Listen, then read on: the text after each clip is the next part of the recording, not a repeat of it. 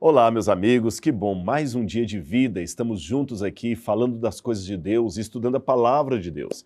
Esse é o propósito do Essencial da Bíblia, que você conheça realmente tudo o que esse livro tem de maravilhoso para apresentar para você. E eu fico feliz porque Deus me dá o privilégio de estar aqui nessa sala tão confortável, de maneira bem aconchegante, como se estivéssemos na sala da nossa casa, conversando sobre assuntos tão espirituais, tão importantes, assuntos que têm a ver com a vida eterna. Vamos falar com Deus, como sempre fazemos? Oremos então.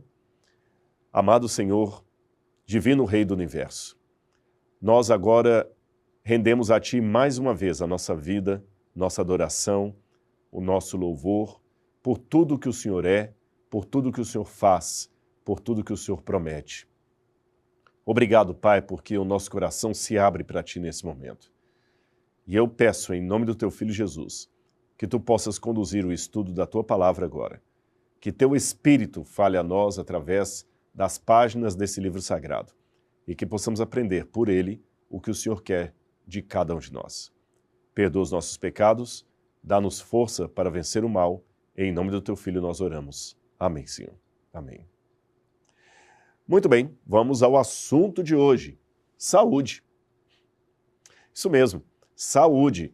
Muitas pessoas pensam que a Bíblia não tem nada a ver com as leis de saúde, mas tem sim. A Bíblia, na minha opinião, é um dos livros mais completos da humanidade, porque você tem ali na Bíblia conselhos sobre finanças, sobre criação de filhos, sobre casamento, sobre sociedade, sobre política, sobre filosofia, religião, tudo praticamente. E entre esses vários elementos, há também ali uma dimensão de saúde. A Bíblia determina a mesma coisa que um médico quando vai falar com você, que você tenha boa saúde. Foi para isso que Deus nos criou. E poucas pessoas prestam atenção nesse aspecto da Bíblia como um manual do viver saudável.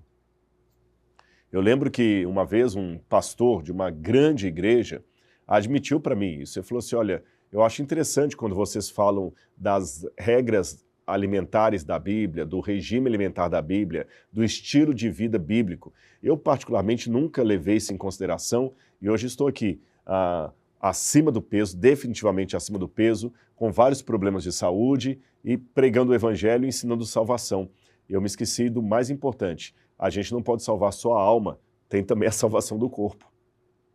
Eu achei interessante a ponderação daquele pastor que admitiu isso para mim. Mas vamos lá. Será que realmente eu posso encontrar regras de saúde na Bíblia Sagrada? Diretrizes para um viver saudável? É claro que sim.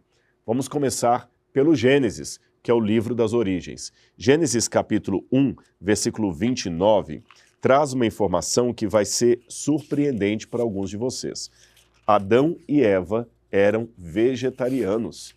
Duvida? Eu vou ler aqui para você. Gênesis capítulo 1, versículo 29. Vamos ver qual era a dieta do casal humano no Jardim do Éden. Diz assim a Bíblia Sagrada. E disse Deus, eis que lhes dou todas as plantas que nascem em toda a terra e produzem sementes, e todas as árvores que dão frutos com sementes, elas servirão de alimento para vocês. E não só o ser humano, os animais também eram vegetarianos. Olha a continuidade aqui. E dou todos os vegetais como alimento e tudo o que tem em si, a tudo o que tem em si fôlego de vida, a todos os grandes animais da terra, a todas as aves do céu e a todas as criaturas que se movem rente ao chão. E assim foi. Ou seja, Deus também deu vegetais como alimento a tudo que tem fôlego de vida. Ou seja, não havia animais predadores, não havia animais carnívoros. A fisiologia animal era vegetariana. Agora, se era assim, qual foi o momento da história humana, de acordo com a Bíblia, é claro, em que nós passamos a consumir carne? Quando você vai para Gênesis capítulo 9, versículos 13 e 4, você tem essa resposta. Gênesis capítulo 9, versículos 3 e 4. Nós estamos falando aqui de um período pós-dilúvio. Diz assim a Bíblia. Assim que Deus fez aliança com Noé, quando ele sai depois do dilúvio, tudo o que vive e se move servirá de alimento para vocês. Assim como lhes dei os vegetais, agora lhes dou todas as coisas. Mas não comam carne com sangue, que é a vida. Então aqui eu já aprendo algumas coisas interessantes da história de Noé. A primeira delas que o regime cárneo foi dado para a humanidade numa situação assim, fora do plano original de Deus. Como consequência do dilúvio, imagine que o mundo ficou completamente destruído. Não daria tempo de crescerem alimentos, lavouras, árvores frutíferas, leguminosas. A humanidade ia passar fome. Então Deus falou, olha, Noé, assim como antes eu dei os alimentos, os vegetais para vocês comerem, agora eu permito que vocês comam carne, numa situação excepcional. Podem comer carne, não era o ideal que eu tinha para vocês. A outra coisa interessante que eu aprendo aqui é que já lá no início, com Noé, Deus falou, olha, eu dei carne para vocês comerem, mas não qualquer tipo de carne. Não comam a carne com o seu sangue. Então já havia ali uma restrição. Não significava que eles pudessem comer qualquer coisa que se movesse ali, que tivesse fôlego de vida, qualquer animal. Você poderia comer algumas carnes, mas outras não. E antes disso, quando Deus leva os animais para a arca de Noé, é interessante que ali Deus já separa os pares de animais entre animais limpos e animais impuros. Alguns tentam explicar que essa divisão que Deus deu entre animais limpos e impuros dizia respeito a animais que serviriam para sacrifício e os que não serviriam para sacrifício. Mas essa explicação, ela não é tão convincente, eu vou explicar por quê. Porque a mesma regra que separava animais puros para o sacrifício dos impuros, era a regra também que separava animais propícios para a alimentação e animais não propícios, ou seja, animais que não serviam para o sacrifício e igualmente não serviam para comer. Animais que você não podia comer, você também não podia sacrificar a Deus porque era impuro. Não significa isso que todos os animais que nós possamos comer, Deus aceitasse em sacrifício. Mas, via de regra, a questão era, se eu não posso comer dessa carne, é porque é impuro, então também não posso sacrificar a Deus. Em outras palavras, lá no dilúvio, muito antes de Moisés nascer, muito antes do povo hebreu existir, já havia leis alimentares dadas por Deus a Noé e a seus descendentes. Isso está claro na Bíblia. Agora, no tempo de Moisés, essas leis foram mais detalhadas, mais explicitadas. Então vamos ver as orientações que Deus deu quanto ao consumo de carne na época de Moisés. Você deveria depois, com calma, ler em sua casa todo o livro de Levítico, capítulo 11. Aqui Deus dá, com detalhes, todas as regras de como deveriam ser as características dos animais propícios para alimentação, dos animais que eram impróprios para o consumo. Mas nós vamos ler apenas o verso 47, que diz assim, vocês farão separação entre o impuro e o puro, entre os animais que podem ser comidos e os que não podem. E como eu falei, todo o capítulo aqui você vai ver com detalhes, ele apresenta os aspectos fisiológicos, os aspectos físicos daqueles animais que seriam próprios para o consumo dos que não seriam. Por exemplo, a carne do porco não é recomendada para o consumo na Bíblia Sagrada, como também a carne de vermes também não é recomendada, a carne do morcego não é recomendada. Seria mais ou menos como se Levítico 11 fosse agora um manual desses de saúde pública, sabe? Que as pessoas vão, vigilância sanitária, que falam, ó, esse animal aqui não está próprio para o consumo, ou porque venceu, ou porque a carne está estragada, ou porque realmente é um animal que faz mal para a gente. E Deus conhece muito mais sobre saúde e ser humano do que os agentes da vigilância sanitária, você não acha? Agora, que outro conselho a Bíblia nos dá acerca da saúde? Eu quero ler um texto para você que é pouco conhecido, pouco citado, mas eu acho que tem tudo a ver com o assunto de hoje. É Provérbios, capítulo 20, versículo 1. Provérbios, capítulo 20, versículo 1. Olha o que a Bíblia diz. O vinho é zombador e a bebida fermentada provoca brigas, mas não é sábio deixar-se dominar por eles. Eu sei que essa questão da bebida alcoólica ela é muito polêmica e muitos chegam à conclusão que a Bíblia não proíbe a bebida alcoólica. apenas incentiva a moderação. Eu diria diferente. Eu diria que a Bíblia, às vezes, tolera o hábito da pessoa beber. Olha bem o que diz o texto aqui. O vinho é zombador, a bebida fermentada provoca brigas. Não é sábio deixar-se dominar por eles. A expressão hebraica aqui, não é sábio nem se apropriar daquilo. E se você vai fazer um estudo histórico do passado, você vai ver que não somente a sociedade judaica, mas também a sociedade grega romana, não viam com bons olhos a bebida fermentada. Era algo que era mais assim, tolerado ou fazia-se vistas grossas, mas não algo aplaudido. Seria mais ou menos como o certo uso de drogas.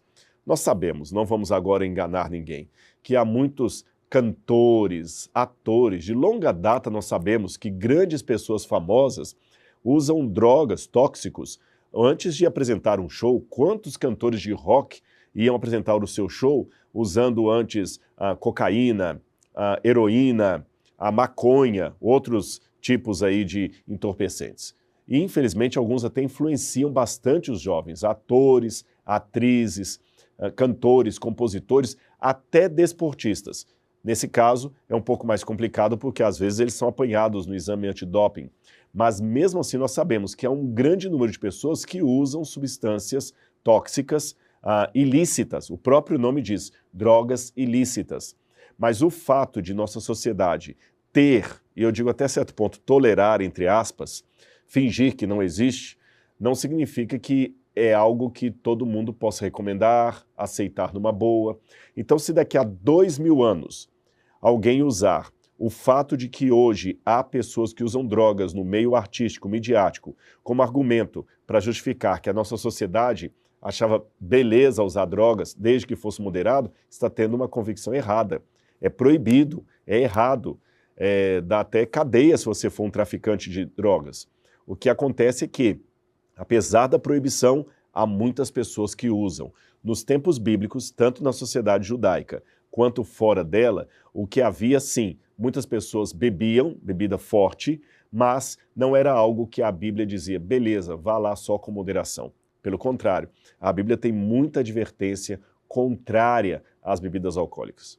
Agora, mesmo que eu não tivesse nenhum versículo da Bíblia sobre isso, mesmo que fosse algo até permitido na Bíblia, eu acho que mesmo fora das páginas da Sagrada Escritura, eu tenho razões mais do que suficientes para recomendar que ninguém beba.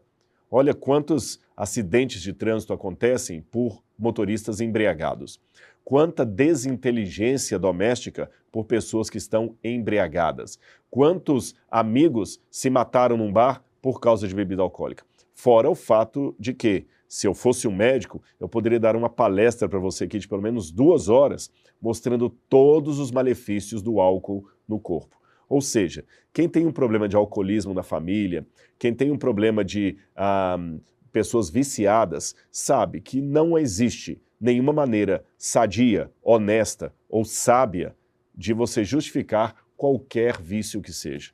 Eles são terríveis. Agora, fica a seu critério. Eu, particularmente, tomei a iniciativa de ser abstêmio, de não beber bebida alcoólica de forma alguma. Mesmo porque, uma vez eu conversei com um médico uma coisa interessante. Ele me disse assim, eu perguntei para ele, é verdade, esse médico era cardiologista, um grande cardiologista. Eu perguntei, é verdade que muita gente diz por aí que um pouquinho de vinho todos os dias faz bem ao coração? Ele respondeu para mim, Rodrigo, é verdade sim, mas nunca a sociedade médica vai recomendar isso por uma razão muito simples. A maioria das pessoas não ficarão só numa dosezinha por dia. Aquela dosezinha por dia vai virar, na maioria absoluta dos casos, uma dependência química do álcool e ele daqui a pouquinho vai estar com uma dosezinha desse tamanho, desse tamanho, desse tamanho, 1 litro, daqui a pouquinho a gente está tendo que tratar aquele sujeito ali de alcoolismo. Então, mesmo que realmente um pouquinho de vinho faça bem ao coração, você não vai encontrar nenhum médico responsável que recomende isso aos seus pacientes. Eu acho que já resolveu o problema aí, né? Alguém pode falar, mas Jesus transformou a água em vinho no casamento. Se aquele vinho que Jesus transformou no casamento fosse o vinho alcoolizado, eu teria um problema aqui. Sabe qual? Porque diz a história ali no livro de João que as pessoas já haviam bebido o primeiro vinho. Elas já haviam tomado o vinho. Se Jesus multiplica mais vinho, se Jesus transforma a água em vinho, multiplicando a quantidade de vinhos, Jesus estaria incentivando a bebedeira, porque eles já teriam bebido e Jesus ainda ia dar mais vinho para quem já estava cheio de vinho. Ora, raciocine comigo. Mesmo que você queira defender que Jesus transformou a água em vinho alcoólico mesmo, você tem um problema aqui, porque as pessoas já tinham tomado vinho no início da festa. Jesus ia dar mais bebida alcoólica para quem já tinha tomado bebida alcoólica? Fica sem sentido isso. Lembre-se que a palavra vinho na Bíblia pode aludir tanto ao vinho fermentado quanto ao vinho não fermentado. Depende do contexto, é claro, tá bom? Eu poderia falar mais sobre isso, mas só para dar uma ideia do que nós queremos dizer. E, além disso, vamos na Bíblia.